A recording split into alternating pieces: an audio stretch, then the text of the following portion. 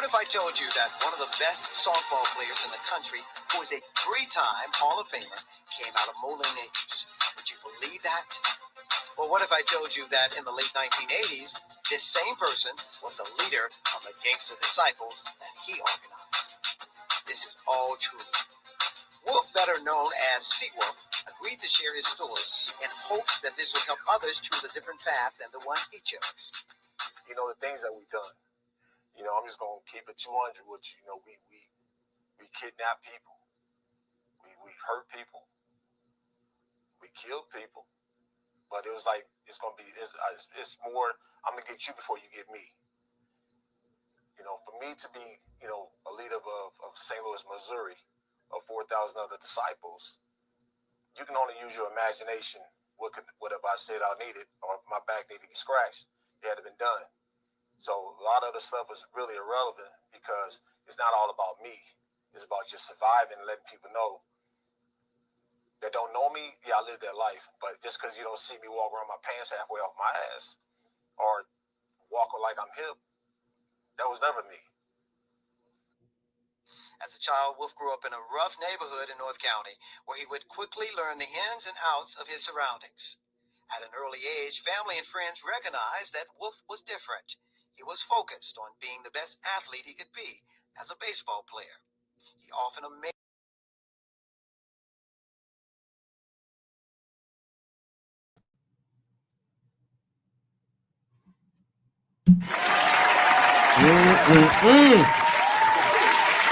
What's going on? What's going on? What's going on, everybody? Look, welcome to another episode of the Lions Den. Hopefully everything is going good with you, right? Hey, Herm ain't gonna be here this evening. He got to take care of some things on the home front. So hopefully everything is going good with you, bro. Tap in if you can. And for those of you that are watching, hit the subscribe, hit the share button, right? Because we got a real good episode. So for those of you that don't know, if this is your first time, what we do here, we have conversations about all types of things, right? But we focus on leadership, growth, and development with a call to action from the household to out in the community, right on. And again, like I said, hit the share button and also let us know where you are right now, because we want to hear about where you're at and give you some homage and say, hey, we appreciate you. Thank you for being a part of this conversation. Y'all, look, we wouldn't been able to do what we do for so long if it wasn't for you. So y'all, look, this conversation is you know, I've been looking forward to this for some time. Met this brother, and very inspiring story. But outside of that, he's an outstanding, you know, individual. So I want y'all to just, you know, get situated, y'all. Just for real, get situated, because today we're gonna have this conversation. It's gonna be nice, deep, raw, unfiltered story of resilience and reinvention. So I want you to help us, right? We're going to be joining Curtis Wolf Wilson, right? The man, the legend, right? The myth. But outside of that, though, real talk, his life has been shaped by extraordinary heights and devastating challenges, y'all. So he left St. Louis in search of a fresh start, but his past, including his time as a registered sex offender and a controversial run-in with St. Anne Police Department, has been anything but easy, right, to leave behind. Yet he's turned those struggles into powerful lessons of accountability, redemption, and hope.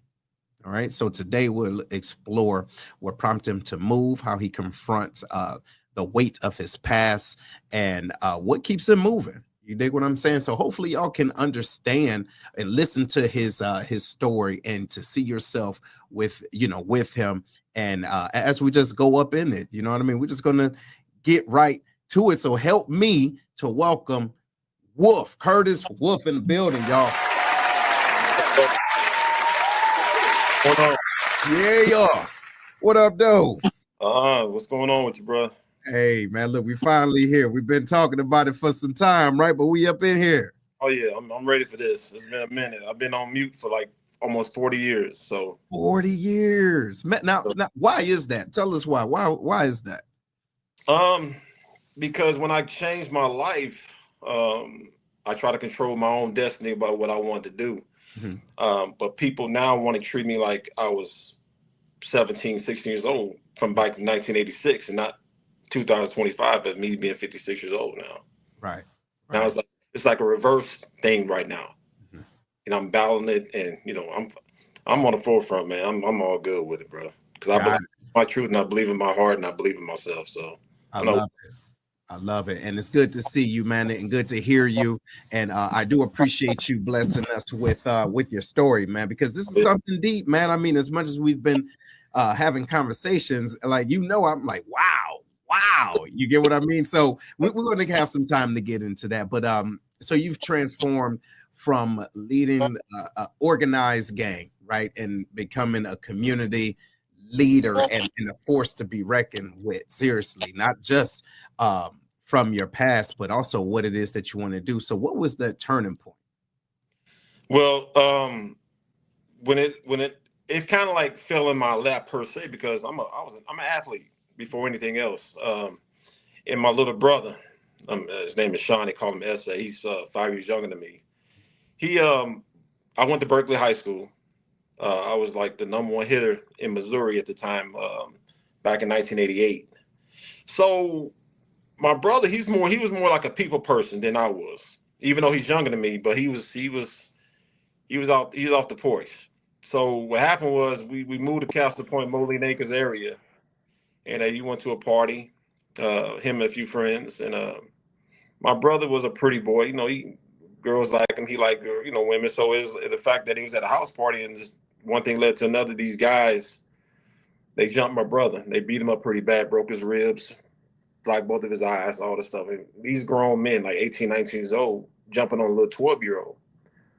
So I came back home from practice and saw my brother all laid up, and that did something to me because I wasn't there to protect my brother. That's my job. And so I went to try to find out who these guys were. The one thing led to another. It was a disciple neighborhood in Castle Point, but the disciples didn't do this to my brother. It was just some guys called GTO or something like that, Gangsters Take Over, and got them, found them, and did what I had to do. So the disciples heard about it, and some of them saw what happened in the street because back then there was no social media. It's just word of mouth or phone calls back then. Yeah, thank God. Yeah. Go ahead. Yeah, and I started hanging with some of the guys because they play ball. It's kind of funny how we had related. So I was like looking for a brotherhood. I got my little brother, but I was still looking for that brotherhood as a whole. And if you was on the outside looking in, by me hanging with them, you already assume I was a disciple, but I wasn't. I was just a ball player that liked hanging with those guys, and I liked the brotherhood that they had. And then one thing led to another. Got into an altercation with somebody from school, and it got real ugly, and I banged my way into what I had to do to him. It started with the hands. We had long curls back in the day. It's hot. You get curl activated using your eyes. Right, right. And so I beat him with my hands. So somebody threw him a pole, and one of my homeboys threw me in my back. So I started twirling it, cracked him up, beat him pretty bad, and that was my introduction of them blessing me being a disciple. And that was in 1988, the summer of '88. And Wow. but I'm still a baseball player, so I'm living in two different lives in one body. So I kept going up in the ranks from a foot soldier to a tall to an enforcer, and next thing you know, I had the top division of who I was as a gangster, and it was called governor. I governed the whole state of Missouri from 1992 to 1994. Over 4,000 members from the Boot Hill sites and all the way to Kansas City, Missouri. Mhm. And but I just lived that life and did a lot of dirt. Don't get me wrong. I mean, I'm not no angel, so this is not about me trying to plead the fifth on things. Because when you see this documentary, man, my baseball life, my softball life, my gang life, and my personal life all gonna meet together at once, and it's just Mhm. gonna blow up, man. You know what? So we go talk about that a little bit later, man. But as you talk about the vision within the baseball or the softball and the gangster life, what similarities did you see in Uh, it? oh, teamwork, Mhm. togetherness, Mhm. follow. You know, if you can't trust the guy in front of you, then you got to replace him because you can't have no weak link in your armor. Mhm. And I took a lot of stuff that I learned from baseball and brought it to the GD. You know, when it comes to hand signals and stuff like that. You know, like a third base coach does this to his batter. Right. So I brought that to the disciples, and it came in handy.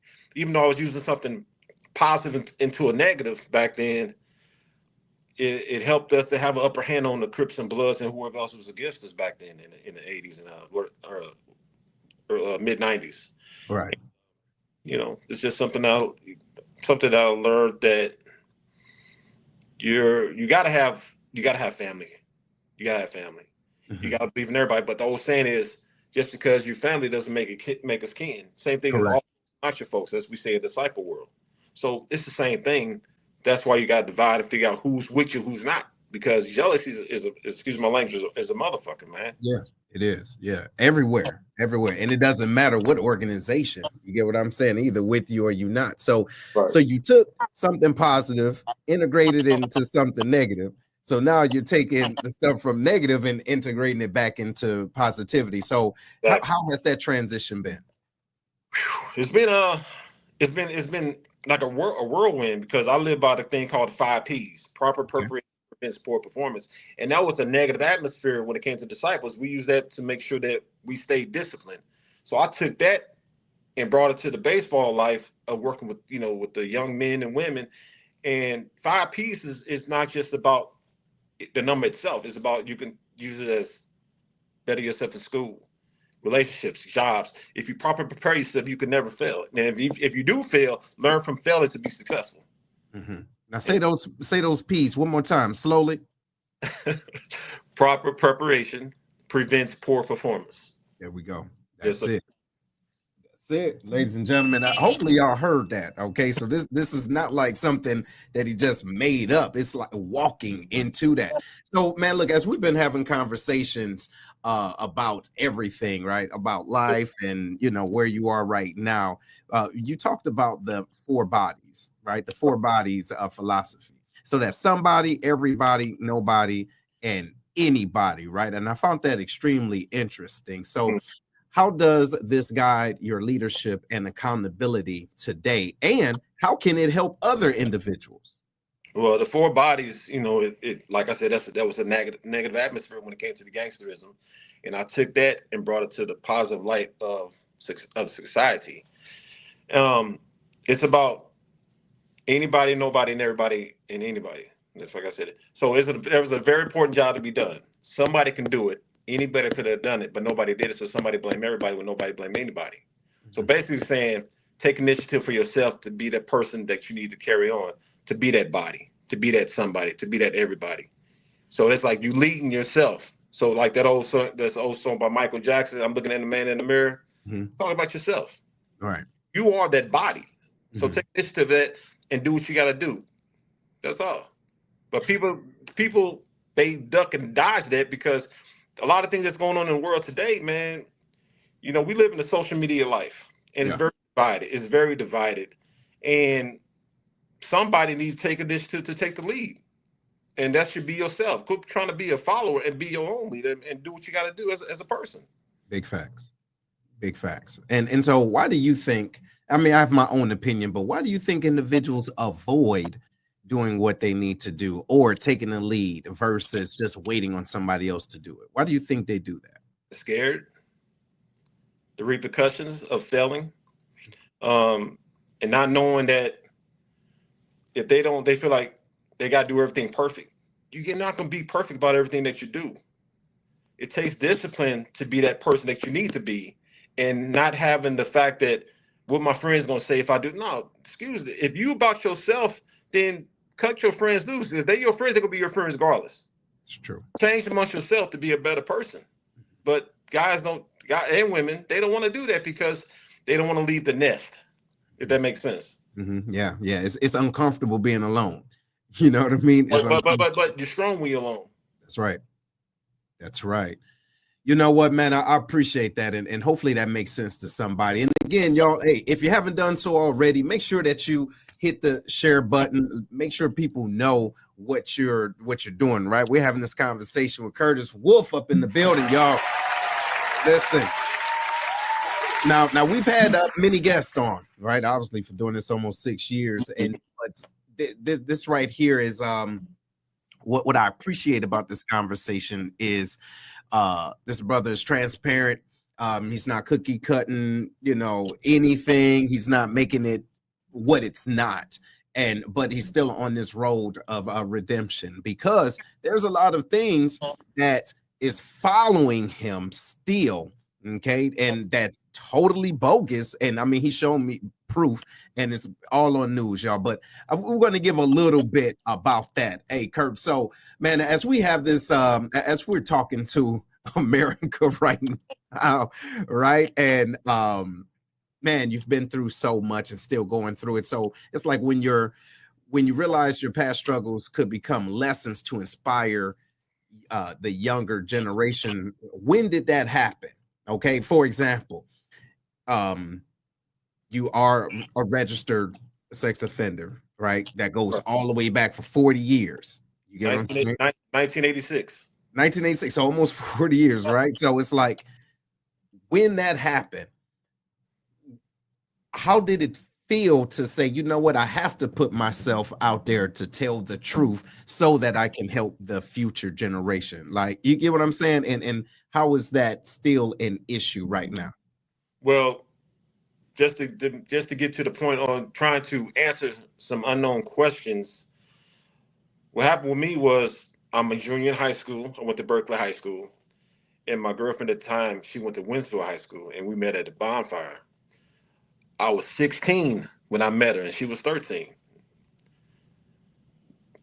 I'm black, she's white. This is back in the 80s. And we got together, we was dating maybe 7 months, and her parents was going out of town, and she threw a little house party. Next thing you know, we having sex. Her pops came back home unexpected. I guess he forgot something, and that went down like that with me and him. So by me, thinking I didn't do nothing wrong, because we in high school, everybody's dating, ain't nobody thinking about no age limit, because everybody, you see it all the time, a freshman might date a senior or whatnot. But with my situation, I met the good old boys network. When you deal with St. Charles and Winsville, if people from St. Louis that knows this, they know how it is. But to get straight to the point, my mind wasn't mature enough to understand this is wrong. Because when we got caught having sex, I just turned 17, August of 86. My birthday's in May. So I just turned 17. And didn't even take everything really serious, because I didn't think I did anything wrong. But when I started learning that, it's really black and white, because everybody say if that was a sister, you wouldn't, you wouldn't going through this at all. It is what it is. But I had to learn racism at an early age. Then I had to learn the politics at a late age. But right now, almost 40 years, and I want to tell everybody, this didn't happen when Wolf was 40 years old or 50 years old or 30 years old. This happened when I met her at 16 and got in trouble, violated my probation at 20 years old. So this is another thing. On the internet, when you Google my name, it says I was 20 years old and she was 15. That's a lie. I was 20 years old when I went to prison. I was on probation the whole time. And they told me if I would have walked down my probation, we wouldn't be having this conversation about no sex offender thing. And her and I stayed friends, because like I said, we're young, but we did go our separate ways as life got on the stage of just going forward in life. But no, I don't. You can accuse me of having a lot of different women or dating a lot of women, but you can't accuse me of no stuff like that. So that's why to this day we're fighting it. And my expunged lawyer is taking care of a lot of things for me, and the future is very bright, even though it's been so long. But nobody knew this until I was lied on by the St. Anne Police Department, because they thought I fit the narrative back in 1986. It came out to be wrong as well. So I'm still fighting it. I'm balanced, because I'm a disciplined person. And if you was hating on me because of my professional career, of course you're gonna hate on me in my personal career. So I'm not worried about what the haters say. I know my truth, and the people in the back, I hope you're listening. That ain't me. That was me. And you know what? I appreciate you, man, stating that. And for ladies and gentlemen, those of you that don't know, Wolf is actually working on a documentary. All right. And so here's one of the reasons why he's on, not only to tell the story, but just to let everybody know that you can be a part of this, right? Because you know, sometimes in life things happen, but that doesn't mean that that's the end of your role. All right. And especially if you've changed lives, you change your life and you're interested in helping other individuals, that means that there's an opportunity for your truth to be told. This is what we're trying to do. And then so if you could later on, and we're going to do this again, but you can go to this website where you can actually support these efforts, and we're going to show that here in a few seconds. But brother, so thank you for that, man. I do appreciate it. Oh yeah. So now look, let's go back to these playing sports, man, because I mean you showed me these rings. Wait, did you got them with you? Of course, I never leave home without them. Let's bring up those rings real quick, ladies and gentlemen. Look at this. Look at this, 60 rings. And look, I what was the one that you let me hold that felt like it was 1,000 pounds? Look at this. Hold on, let me show folks. Look at this, y'all. All of these rings. So, man, look, the question is, how has playing sports, especially softball, help shape your, state of where you want to be at right now? You get what I'm saying today? Because you're retired now. Yeah, I retired last year. Right. My last ring I won was the Senior Olympics in Illinois. We won the gold medal. I'm sorry. And I appreciate it. I went out with a bang. When I got drafted by the Florida Marlins in Oakland A's back in the early '90s, I tore my rotator cuff, and I didn't know there was no such thing as professional softball or even that lifestyle, because I met some great people. Like I played with Jose Canseco, played against Kenny Lofton, Nelly, the rapper I played with his, and he had his own team, and more individuals, and the fact that what helped me more was being invited and being inside the Black Circuit softball. That there is like another stage, because I tell anybody, if you can play in the Black Circuit, you can play anywhere. And because it's like they're right in your face.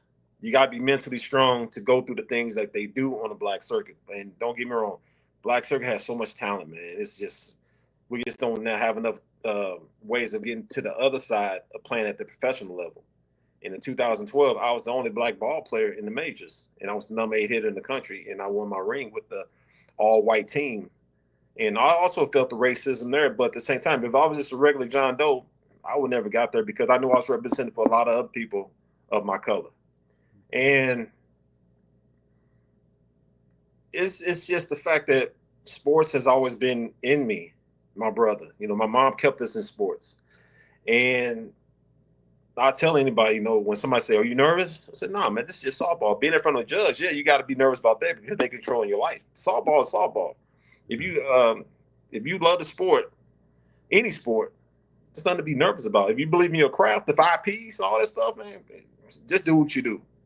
And that's what I did. I'm the only ball player in St. Louis to have his own signature bat. It's sold in stores. It was the number 1 bat sold in stores in 2021 and 2022. And I've done a lot. The rings and the bat is cool. I get that. But this documentary is my legacy, because that lives on forever. Yes. That's what's more important right now for me, because once I'm gone, I don't want nobody else trying to tell my story. My story's already embedded by what I said. That's right. That's where I'm at. No, I dig that. Well, look, man, I do appreciate that. Well, look, here's something else, man. As you're going around, man, and sharing your story with individuals, what is some things that you would like to tell the youth about, making certain choices? You get what I mean? Yeah. You know what I'm saying? Because I mean, we really do want to make sure that individuals hear the message. But what are certain lessons that you would like to share with them? Well, the first lesson is, even though they get changed the law when it comes to 17-year-olds now are considered minors. which it wasn't then. I was considered an adult at 17. So when you were dating somebody in school, I know it probably sounds crazy. Get the information that you need, because I don't want you to end up in my type of situation, because I don't want you talking about this 30 years from now that you got to go through. But our youth, man, is you got two different styles. You got the new generation and you got the now. The now is, I don't know what to say about now because they so lost. I really hope they understand the fact that you still got control about what you want to do with your life. Just because you're scared to leave the nest, you think they're gonna talk bad about you just because you want to better yourself. Come on, man. What I had to do, and this is to the youth that's listening, or to anybody that's listening, I had to take myself apart. What I mean by that is I had to take all my tattoos off my body. I had to take my inside out, my heart out. I had to figure all this stuff out and leave everything off me. Then sit back and think about, man, okay, now what I need to do. Think about exactly what discipline is all about. Because it starts with you. It don't start with nobody. It starts with you. Because don't ever think you're a follower, man. Be your own leader. Be your own man. But once you figure all that out, then put everything back on you. You should be twice the man or the woman that you are. No. Then move from that. Yeah, no, that makes sense. And you know what? Don't be scared. Don't let nobody control you. Yeah. The smoke, the drink on it, because I see what it does to everybody. You're out of control. You have an out of body experience. You fall down. I see that. I don't want to be like that. I always got to stay in control of what's going on around me, and especially my life. Right. I'm not knocking anybody that's drinking and smoking. So they'll get that. I just know how I am as a person, as a man. So you're right, and just owning yourself. Right. And walking in your own space and being okay with it and being okay with being alone. Right. Because not everybody's meant to come with you. Because when you die, ain't nobody jumping in that casket with you. Right. Yeah. No, you're absolutely right. So, man, look, I know we had a conversation the other day, man, and you lost some friends, man. Actually, a few of them in the last couple of days. So. Man, how does it feel when the individuals that were following you and following your lead, they, just life still went a different way? Do you take things personal, or do you just say, hey, you know what? These individuals, they live their life and I have to make sure I live my own life. How do you feel about that? It's when you're your own man, you're going to do what you got to do anyway. And a perfect example, when I left St. Louis in 2009, I'm gonna ask you a question in a second. So I want you to explain something. When I left St. Louis in 2009, and when I used to come back home to visit, especially in Castle Point or St. Anne, them same people are doing the same things, like they're in a twilight zone, man. So it's like me. I'm looking from the outside in. It's like, damn, why won't you break that cycle and move forward? It's like they're pulled back for some reason, and they need to realize, man, life is not like this. Because every individual has three minds: small, medium, and large. Small minded people do stupid shit. Medium minded people, they work on themselves, but sometimes they backslide. And a large minded person works about ideas for success. So that large minded person, pull that small minded person back. Even if you're being so defiant, man, that makes you even better to be as large minded person, because you're still trying to help. And if they can't find themselves, man, you can't do nothing but just try and let things be it. You did your part. Yeah. You did your part. And you know what, I can imagine, man. It's not even just with friends, it's with families, loved ones. Not everybody, again, is meant to come with you, but you can be, you can be an example. You get what I mean? You can be that example. And if they want to rock with you, they'll rock with you. And if those that don't, they don't. As a matter of fact, shout out to everybody that's still rocking with us today. You know what I mean? Yeah. Yes. Yeah, y'all look here. We in the building for real with Mr. Curtis Wolf Wilson up in this building, right up in the piece, and having a real good conversation about the roadmap to redemption. And there's so many things, man, that I believe individuals can gain from this conversation. And I do appreciate it. So let's talk a little bit too about, as you're on this road, situations still happen, right? So you wanted to start it right. You got the documentary and you want to start it and everything. Take some photos of, where you from and everything. You want to talk very briefly a little bit about what transpired by doing that? I'll make it brief as possible, short as possible. So when I used to come home, I came home 2 years ago to take care of my mother because she got sick. My mother just passed away December 9th at 12:58 p.m. She was my best friend. I was there to the very last breath. And I'm pushing it more because of my mother, because she taught me how to be a man. She taught me what it takes to be a man. So when I came back home, I was hanging out with a female friend of mine. And before we hung out with her, we went to my old neighborhood in St. Anne, Missouri. It's on a weekend. So ain't nobody at my elementary school. So I'm taking pictures of my school. I'm sending pictures back to the documentary people because that's what they asked for. I go back to my old neighborhood. So I'm sitting in my car and I'm telling her, I used to play kickball over here. I used to play, football over there. I used to play catch a girl, get over there. I mean, it was just reminiscent. So as I'm taking a picture of my old neighborhood, of my old house, it was a townhouse, and I send it back to the documentary people, we leave, and maybe 2 days later, me and her, we go to a park. So a guy that I know, he's a sheriff. He walks up on me and say, "Hey, Wolf, you got a stalking charge on your license plate." I said, "A stalking charge? What are you talking about?" He said, "Yeah, St. Anne put a stalking out on your license plate." So I said, "I'm going to go take her." So I went straight to St. Anne and come to find out, when I got there, about 9 cops came out at the same time. And I'm asking the detective, I said, "Man, who did I stalk? What are you talking about?" He said, "Let's talk in the interrogation room." So we get in there real quick. And so I asked him again, "Who did I stalk?" He said, "You didn't stalk anybody. We just want to know why we was at the school and at your own neighborhood." Or, saying that. I said, "Man, I'm from here. I mean, is it a law to not come by here?" He said, "Well, we were told that you took pictures of a little girl, that you followed some little girl. So how can you follow a little girl on a weekend from school and I'm with somebody? So I don't know what y'all trying to get at." So they asked me, could they see, I got 3 cell phones.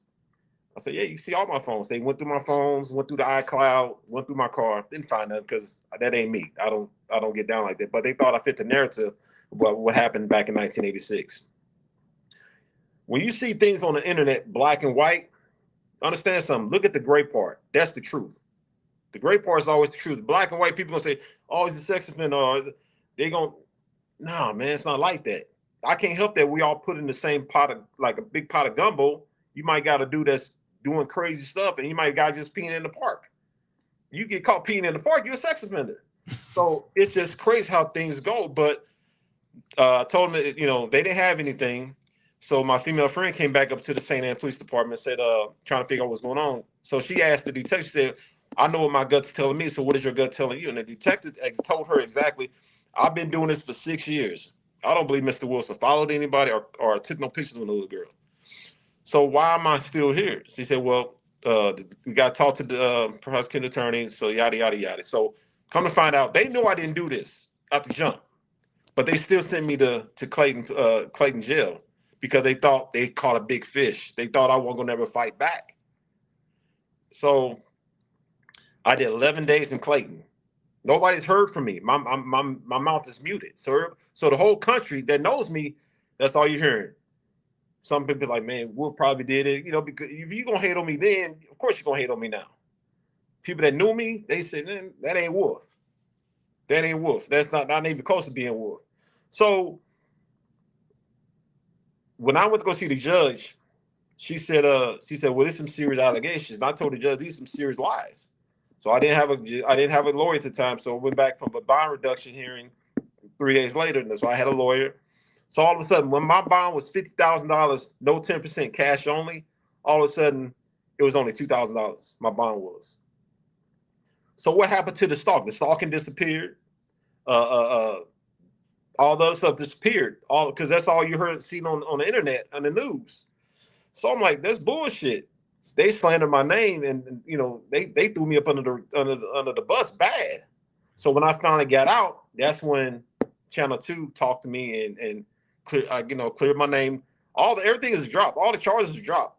But I pled no contest guilty to two misdemeanors of being at the school for taking pictures at the school. That's it. That's all. All the other stuff, it disappeared, but the damage is done. The damage is done. So all of a sudden, I'm calling myself, when I go play ball, I'm up here explaining myself to everybody. So when I had to go play ball in Vegas against my homeboys out of Florida, after the game, they got in a big circle, and the guy named is Alan Tanner. He said a big prayer for me, and everybody bowed. Everybody knew I didn't do that, and it was very tearful. It was crazy, but at the same time, just get all these hugs and pat on the backs. People that know my character, I don't get down like that. But with people that don't know me, get your information the right way, not in the wind, man. Because if you Google my name again, like I said, it says I was 20 years old. No, I got receipts. I was 17 years old when I got in trouble. Mm-hmm. I was 20 years old. I went to prison for violating my probation for beating up the undercover cop who was portrayed to be a gang member, which I wasn't a gang at the time. That's why I went to prison. Wait a minute. So you got in trouble for beating up somebody that was an undercover cop? Yeah, we was at it was in Florissant. He was dressed. We thought he was a blood. He kept staring, and one thing led to another. We had words and got into a fight. As I'm hitting him, I'm thinking he's trying to pull a gun out, but he pulled out a badge. He was a Florissant police officer. That violated my probation. Wow. Hothead. Ladies and gentlemen, look, we got Hothead Wilson on the show. No, I think the worst thing, Seth, is that our biggest thing as black people, black men, impulsive is our enemy. Go ahead. Expound on that a little bit. What you mean? We want to react quick without thinking. We think, we all huffing and puffing, like we want to just do something just because somebody look at you or somebody says, man, come on. There's been a lot of times on the softball circuit, the black circuit, that there could have been some issues that I could have just said, let's go ahead and bang. But I thought before thinking, because I didn't have too much to lose. At a certain amount of time in softball, I was the face of the black circuit. I was the golden child for a while, for a few years. So I knew I had a reputation. I knew what I had to hold up. Even though you're going to always have your haters, I didn't never bite into it. So I stayed fast and I stayed disciplined. That's what helped me the most. And there's one thing I want to say in the article. I sent you an article about my friend Sean. It was in Valdosta, Georgia, and this girl named Quanda Q. I used to date her, and she's a piece of work. Anyway, she tried to get her cousin to fight me. It just started stuff, and I wouldn't bite into it because I knew what she was doing. So that was a Saturday night. So Sunday morning, we taking batting practice. We get ready to play our championship game. So one of my friends named Sean, he's a Mason, but he was also a disciple. He came up to me and said, "Man, Wolf, you good?" I said, "I'm still thinking I don't even know what he's really talking about because I just threw that situation that happened last night in the trash can." I said, "Yeah." I said, "What's up, Sean?" I said, "No, man, are you good?" I said, "What you talking about?" That stuff from last night. I said, "Man, you know how Quanda is, man." He said, "All right, you sure you good?" And he up here drinking moonshine. He's from Mississippi. So I said, "Yeah, Sean, I'm good, man. That's nothing. Don't even worry about it." If I was impulsive, this would happen. That same dude, Sean, went home the next day and killed his baby mama, the baby's the little baby, the mother, and somebody. He killed 4 people. Now, you never know what a person's mind is at. But since I changed my ways and changed my life and not being impulsive, that could have got ugly for Quanda and somebody else, not even knowing what was on his mind. So that was just a lesson learned that made me still be more disciplined. And people go through shit, man, and you never know what's going through their mind. And my boy, they gave him 4 life. I think they gave him 4 life sentences. I think. I'm just, it's sad, but at the same time, it's definitely a learning experience. I appreciate that. There was a time when, and I'm sure you remember the time when Gangster Disciple switched to Growth and Development. Now, tell me what your thought was when that shift happened, and what do you think about it today? Growth and Development is I love it. Now, because it's more organized on keeping that function about growth and development. Back then, when the Trans was trying to turn from gangster society to growth and development, you still had your outlaws that's going to do whatever. And the structure was off. It was way off, especially when I left the organization in 1994 to go play ball. But right now, as we speak, how everything's going on, especially with Larry Hoover about to try to come home, it's definitely a key to trying to help these youngsters understand when you're growing, you have to develop that mind to be large-minded.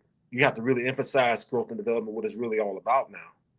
It ain't just word of mouth or just because you're trying to cover up the gangster disciple code. No, it's not that at all.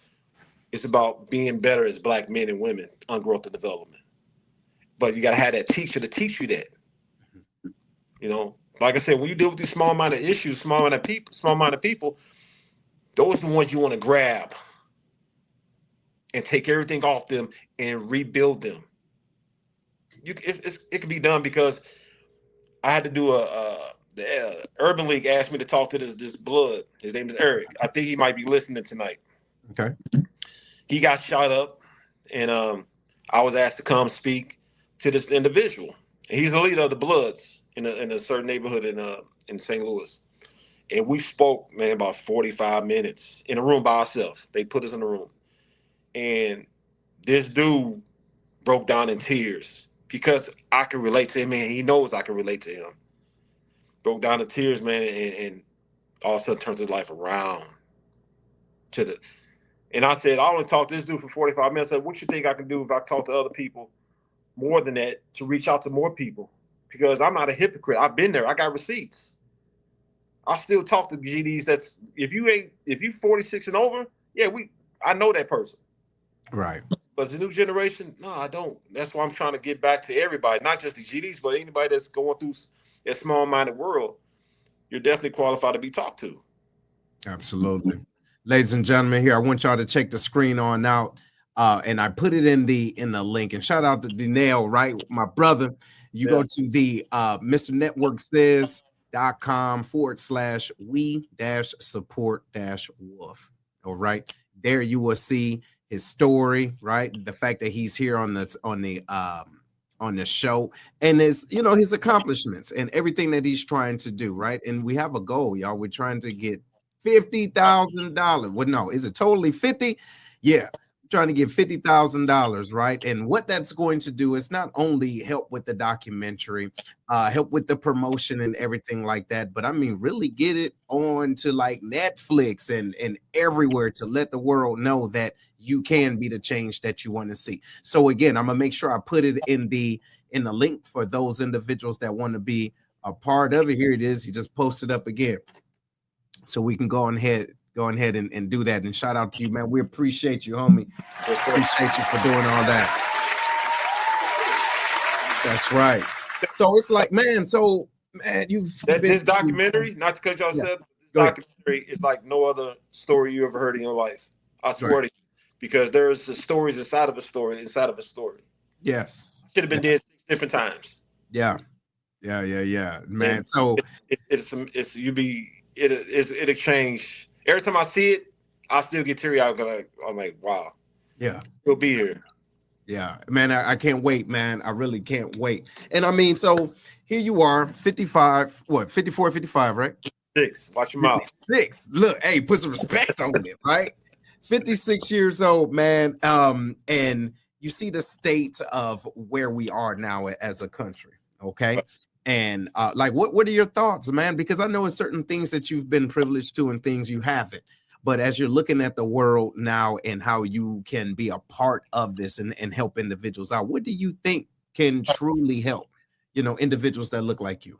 I'm all in. I'm feet first, head first, however you want to say it, because I'm different. I'm entering a different entity now. Softball is over with me.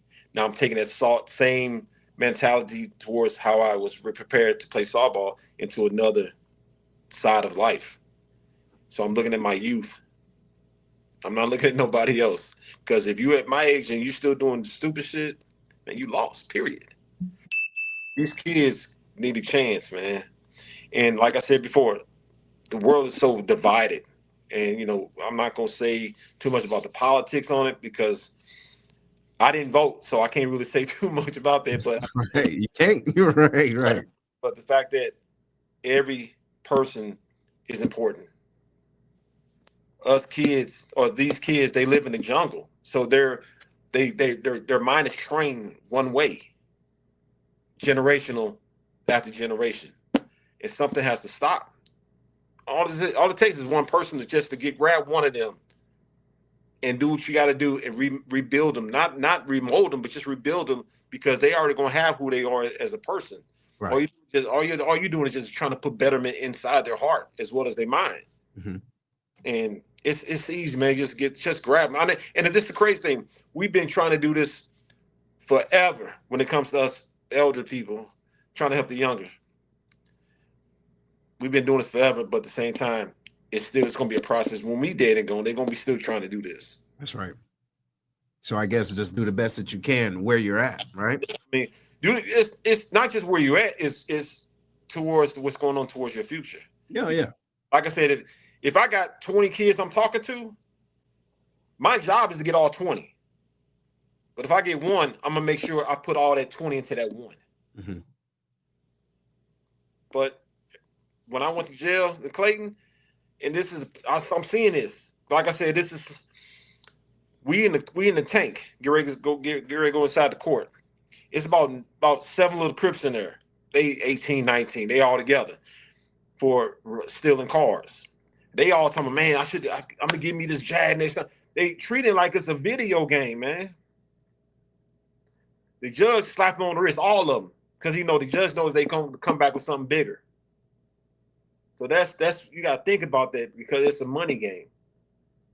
They looking at the future like, oh, they'll be back. They're gonna be back with something bigger, and that's gonna give us more money to put these black people in jail. They don't care, man. Wow. They don't care. So look, shout out to Will. Happy birthday to you, Will. Look, Will says, in my opinion, you can't grab them, but you can entice them to want better and potentially give them a why.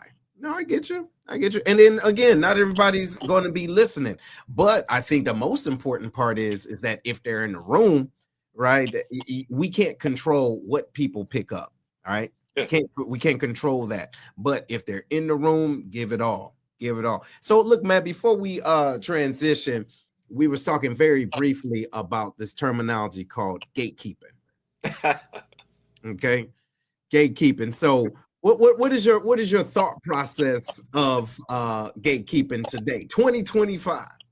You introduced me to this, and I read your book, man. It's a beautiful book, man, and I gave it to you gave it to some of my folks and stuff. It's a beautiful book, and I didn't really know what it meant until I actually read it and we broke bread about it. Mm-hmm.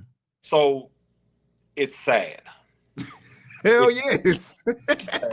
And what I mean by that is you got these people in position, these powerful people in position. I'm not gonna name their program they're working with, but they know who they are. When you're in position and you see these guys trying to change their lives to be better, and you got the power to say, okay, yeah, let's do it, but you're too stubborn to even try to help because you don't want to lose your shine. It's crazy to me, man. And everybody's even though they're older than us, they got to change their ways, man. That's how we can multiply, be more successful as a whole. Man, we see it everywhere. Individuals trying to talk about what the youth isn't doing and what you need to be doing because it may have worked for you 11 years ago, but now because I'm not doing it your way, you kind of shunning me. You get what I'm saying? Or like I told you the other day, it's like I feel like I'm in a rubber band. Mm-hmm. I'm trying to be successful, trying to do what I got to do as an individual, but that gatekeeper let me go so far, bow, let it go, and it hurts, man. They turn back on you, or they put bumps in the roads for you, or they leave you for dead because they don't want to help, man. And I don't understand why. Man, they call it the crab in the bucket syndrome. It's just hate and jealousy because the things that you've accomplished, and the jacked up part is they know too. You Yeah, get what I mean? People know, right? And I mean, life happens, but I mean, that doesn't mean that you have to, be succumbed to it. You don't have to succumb to that thought process. And as you're trying to move, that means in their mind, man, they're going to pass me up. They're going to be better than me. Isn't that horrible, that's horrible thought process? that's the beauty of it. If you the you new generation trying to get better than what we are, that's beautiful. It's supposed to be. So but why knock it? I just don't get it. But certain gatekeepers, and like I said, I hope they listening. I know who you know who you are, and what you did was wrong. Well, look, hey, but look, you're on the road to redemption now, Wolf. So we're gonna leave him alone. Huh? We good. Yeah, But yeah. you just can't tell me no anything just because you wear a suit makes you no. Take the suit off, then what you are. Yeah. Nah, man. Nah. The kids ain't gonna relate to something that you keep telling them the same thing like a circle. Because they're gonna get dizzy. Like, man, we seeing it, we heard this. Nah. They need something better. They need something fresh. They need somebody that can relate to them personally. That's Right. been in the gutter with them, not somebody that went to the military and came back and being successful. You don't know how it is to feel to be in the hood or watch your back or be in that circle that you can't get out of because some people was born with a silver spoon in their mouth.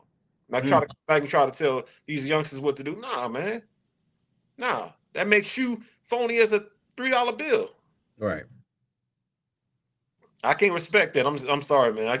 And I'm not gonna make it personal. I just don't like the fact that we still trying to help these youngsters to be better, and you still got people out here trying to make money off them by selling them illusions.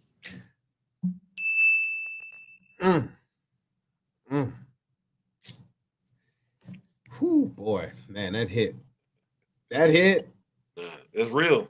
No, it's real. Now that's real. But I know, hey, look, her dog's gonna holler later on about that. You dig? Her dogs are gonna holler. No, I appreciate it, man. And you know what, man? You bring this type of energy that is most definitely necessary. So shout out to you. Shout out to everybody too that's watching right now. And again, we're trying to get this brother to speak to your audience, okay, whenever. So make sure that you're chiming in, letting us know where we can come at, where he can go at, and speak to your youth, your nonprofit organizations, because there is a message here. All right, there is a message here. This is a road to redemption, seriously. And not just that, individuals can see someone that they can believe in, they can touch, and they let them see these rings. Hey, you can do this and you can stay here. Look, I did both, but look where my life went. You get what I'm saying? Gutter and back 6 different times, and I didn't let that stop me. Right. I'm doing all these amazing things by getting a bat with my name on it, winning the biggest award in softball in the majors, and being the number 8 hitter in the country out of everybody in the United States, and winning 60 Royal Rings, and being really a 4-time Hall of Famer. But this incident with St. Anne being falsely accused stopped me from becoming the St. Louis Hall of Famer. So, and I'm still here. Still here. I'm still here. And I'm still fighting. And it's all about discipline. It's all about self-preservation. Matt, so here you are. What would you say to your 15-year-old self? You said you really want to hear it? Hey, the world want to hear it. Because stay on course. Stay on course. On course. If my mind is a ball player and I got to be like a horse with those blinds. Yeah. Can't see right or left or backwards. I see if it's in front of me. Stay on course, man. Be successful. Be successful, man. Because there's only retirement in gang life is, of course, 6 feet under or prison. That's it. But retirement in playing sports, you're helping your family out. You're living a better life. You're giving back to the community. But you know what, man? Full disclosure, bro, that had to be hard, knowing that your brother got beat down. You get what I'm saying? I know that was hard. Like, now, don't get me wrong. Hindsight is always 20/20, right? We can say, yeah, look, you need to stay focused. But I mean, think about it. If you knew even then, like right now, someone did some type of work on you, your family member, or whatever the case it is, that's a lot of restraint, brother. Would I change it? No, because that's my brother. That's right. I am my brother's keeper, regardless. That's my brother. He just did 25 and a half years in prison, and now he's works for a union. He's a contractor of a construction company. He's doing really good, man. He's going to get married. My brother, that's my best friend. Every time I hit a home run, I was hitting for both of us. Every time I got a ring, I got it for both of us. He was my motivation to be a better ball player, a better person. Because all the stuff that I had to go through when I was game banking, when I left that world, he was getting the second half of it because that's my brother. So my brother's trying to keep my name alive by knocking niggas out. When I retired from gang life, it caught back up with me in 1998 at the Michael Jordan tournament. When I became the governor in 92 by senior board member G. Sharp, may he rest in peace, there was a gangster named Eyes. He had eyes like me. His name was Eyes, and he's a killer. So I knew we played in 1998. We had to play at the Michael Jordan tournament in Chicago at Washington Park, and that's like Disciples' backyard. And I knew I had to face my past. They knew I was there. So after we got through playing, we just get ready, we took like maybe a 2-hour break. I saw Eyes, and I seen like 14, 15 other GDs with him walking towards me. So I'm telling myself, if it's time for me to go, it's time for me to go, but I'm going to go out fighting. I got in fighting, I'm going to go out fighting. That's the way I was looking at it. So Eyes looked at me and said, "What's up, Seawolf?" I'm like, "What's up, Eyes?" And, we embrace each other and show love. But I saw ball players, my teammates, that, team was called Class Act. They was like, "What's going on?" They seen all these dudes come to me. So I didn't want them involved about anything because this is my this is something I got to bite. So he said, "Yeah, we heard that, you was a ball player, this, that, and we just could never really get up with you." I said, "What's up, Eyes? I mean, what's going down?" So I'm watching their hand signals. I'm watching everything. I'm alert. And we got a code called BOSS, B-O-S, Brother of Struggle. And we got another code called BOSS, and you emphasize the S, means Brother of Success. So Eyes looked at me. He said, "Man, we talked about G Sharp a little bit because I know he passed away." He said, "Man, listen, I'm going to tell you this. We want you to be boss, but keep GD alive." That was my path to move on with my life to play ball. Because ain't nobody bigger than the mob. If they wanted you dead, I would have been dead. But they saw that I was emphasized as being a hell of a ball player, and that's something that is very unrare if you're also a gangster. So they gave me my pass, told me, "Go and be Brother of Success." And that was in 1998. Mm. So after that, I showed my wings. I flew. 60 rings later, supposed to be 4 Hall of Fames later, Player of the Year, front page of the sports magazine of softball. Only black ball player in the majors in 2012.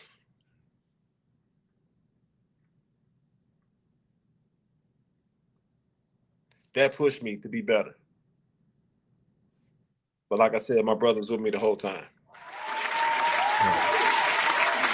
I can dig that, man. Well, man, Wolf, man. So I know this is only scratching the surface, and we're just, getting the world the opportunity to, to just introduce you to the world, essentially, right?